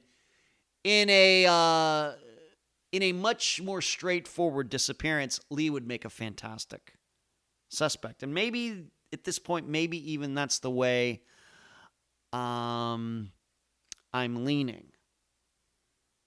That would certainly make more sense than Ashley going to Vegas and disappearing there. In a lot of ways, this disappearance reminds me of Ashley Kohler. Coincidentally, another young woman who was involved in some sex work who went missing in Southern California. Of course, her disappearance was much more recent. Lots of similarities, lots of possibilities. Both girls doing things they shouldn't have been. And, it's just as the odds are that either of them were murdered just as likely as them running away. They could have been murdered by men they knew. They could have been murdered by men they just met. And for both Ashleys, coincidentally, they even have the same first name, Ashley Kohler and Ashley Higgins. For both of them, it seems like they were there and then they just totally dropped off the map. And Ashley Kohler's is another one of those disappearances where she was there, then she wasn't, never to be heard from again. Did she commit suicide because her mother found out about what she was doing? Did she go out and start her life over somewhere else, change her name? I guess it's possible. We just don't know. We have the story about her calling a friend in Arkansas and, asking for money, and this guy's going to kill her. Remember that, going back to that? Kind of the same situation with these Ashleys. So overall, And that ends my summation of why I'm thinking this. I just don't find the popular story to be very solid. It's very, very, very thin, even to the point that even the woman who started the story has doubts about it. And there were other things going on with Ashley, not connected to Las Vegas, that certainly could have brought about her disappearance in California and not anywhere else. My point of view. So overall, I got to tell you, even without disappearance experience like I have and like I hope all of you have gotten over the last 7 years, the Vegas story should have been doubted years and years and years ago. It should have never become the official account. It should have just been a possibility, not an accepted story. Nobody over the past 40 years should have just been taking the story as factual. And that is not a maybe. If you'd like to hear and read more of my analysis of Ashley's disappearance, please go to patreon.com/Unfound Podcast and sign up to partake in the Unfound blog. Until then, I leave the public theorizing up to you. And that's the program.